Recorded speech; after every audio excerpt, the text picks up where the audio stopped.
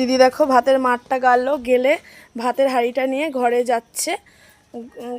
আর যাই হোক, তোমাদের দেখাই আমাদের বাড়ির ফুল গাছগুলো। তোমাদের বলেছিলাম আমাদের বাড়ির ফুল গাছগুলো দেখাবো। এই দেখো কত সুন্দর ফুল ফুটবে। এই যে একটা ফুল গাছ, এই যে একটা ফুল গাছ, এই যে একটা ফুল গাছ, এই যে আমার পেঁপে গাছ। বলেছিলাম তোমাদের সকলের সঙ্গে শেয়ার করেছিলাম দেখাবো।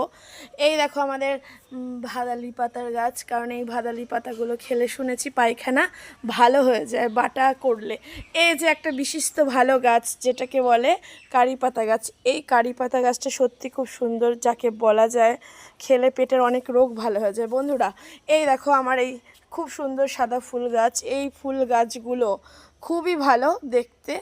আর কি বলবো, তোমাদের বলার কিছুই নেই। আমি নিজে হাতে লাগিয়েছি, আমি খুব যত্ন করি গাছগুলো। আর এই যে আমার গাছটা মরে যাচ্ছিলো, এই ফুল গাছটি